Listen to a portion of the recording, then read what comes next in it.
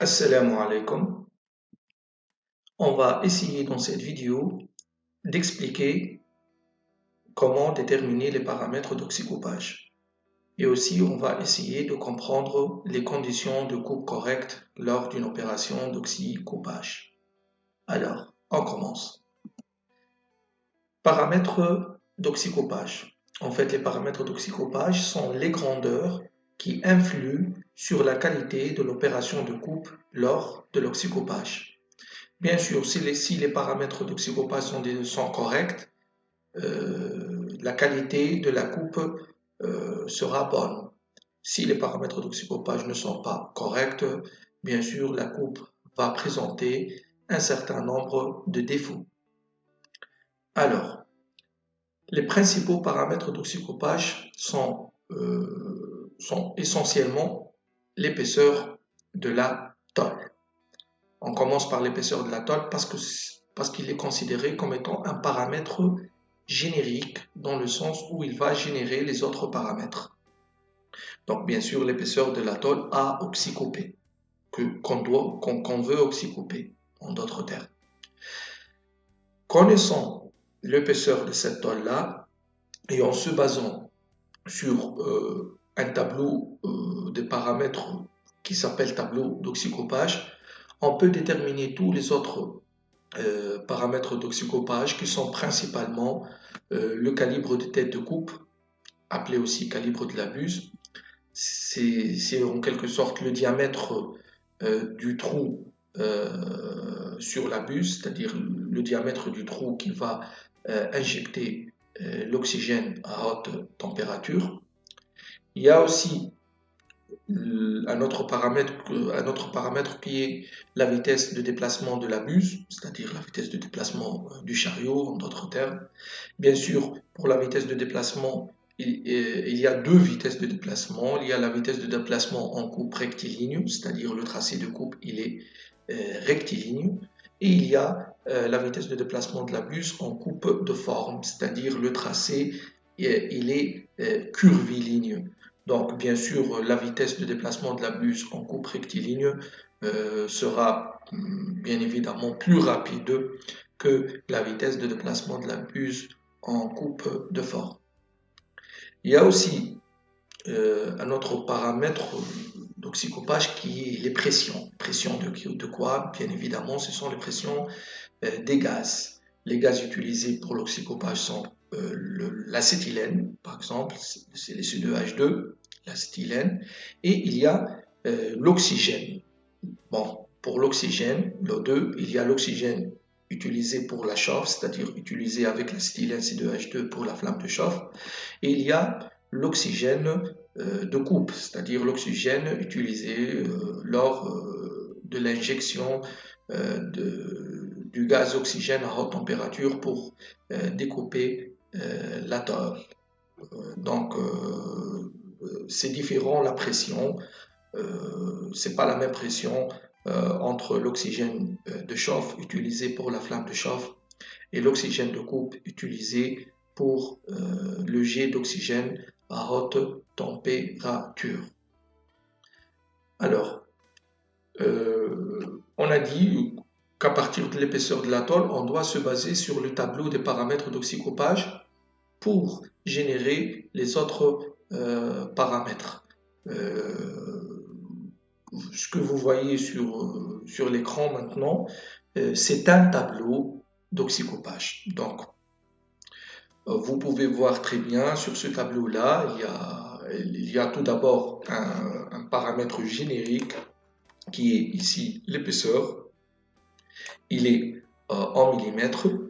Donc, vous voyez très bien que pour chaque gamme d'épaisseur, il y a un diamètre de tête de coupe, c'est-à-dire un calibre de la buse. Donc, le calibre de la buse, il dépend de l'intervalle des épaisseurs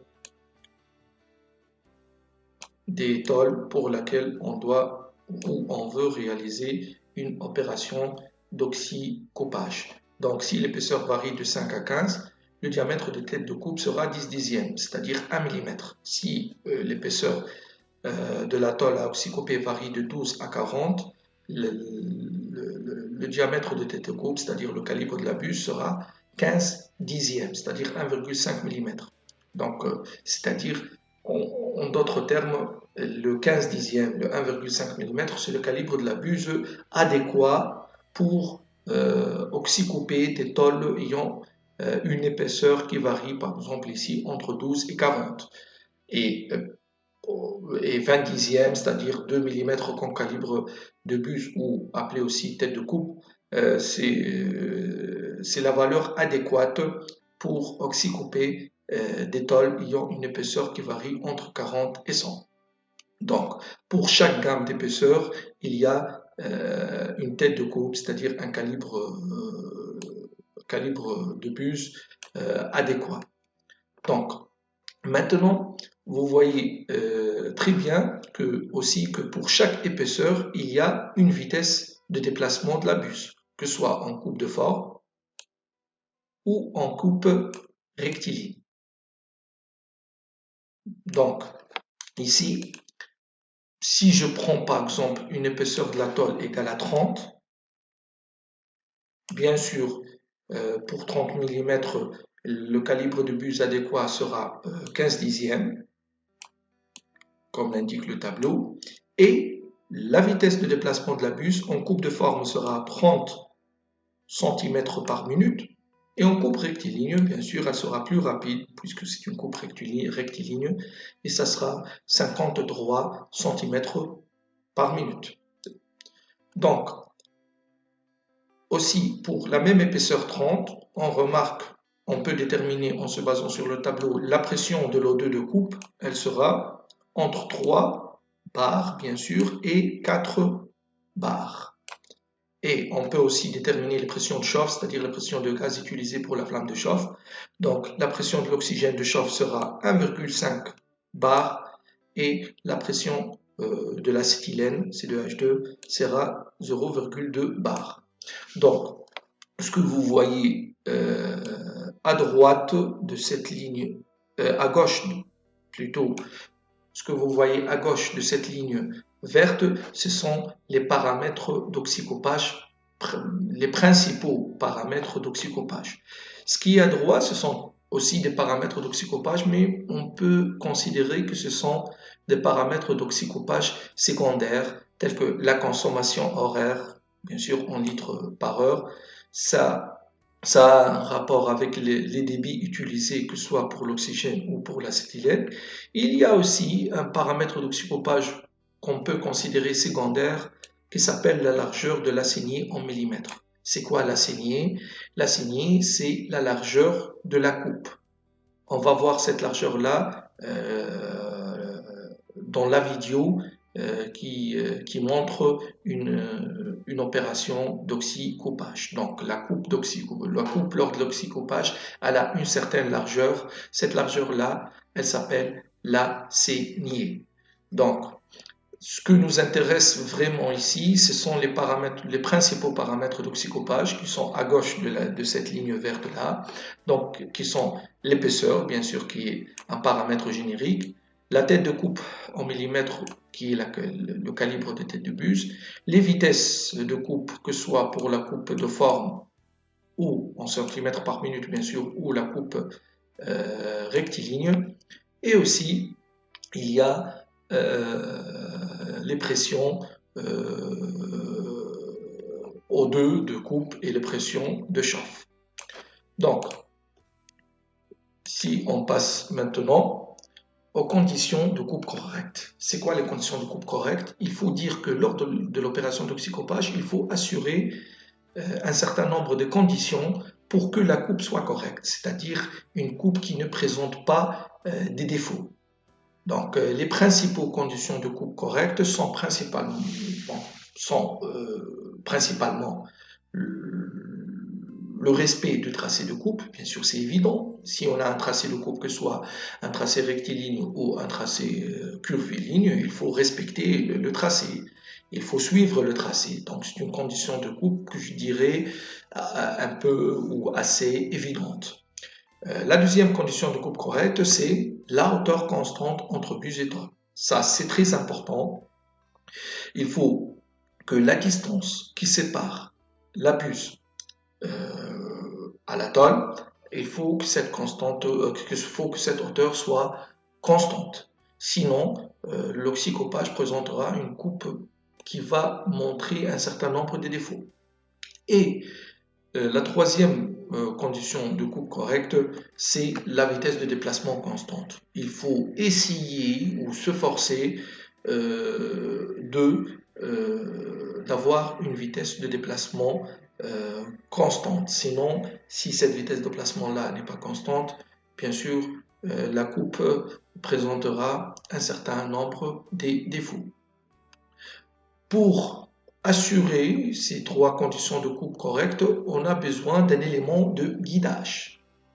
C'est quoi l'élément de guidage? L'élément de guidage, c'est un accessoire qui va être monté sur le chalumeau oxycopeur. Il va nous permettre ou il va nous aider à respecter ces trois conditions de coupe correcte. Pour cet élément de guidage-là, on peut distinguer trois types d'éléments de guidage. Donc, l'élément de guidage qui va nous permettre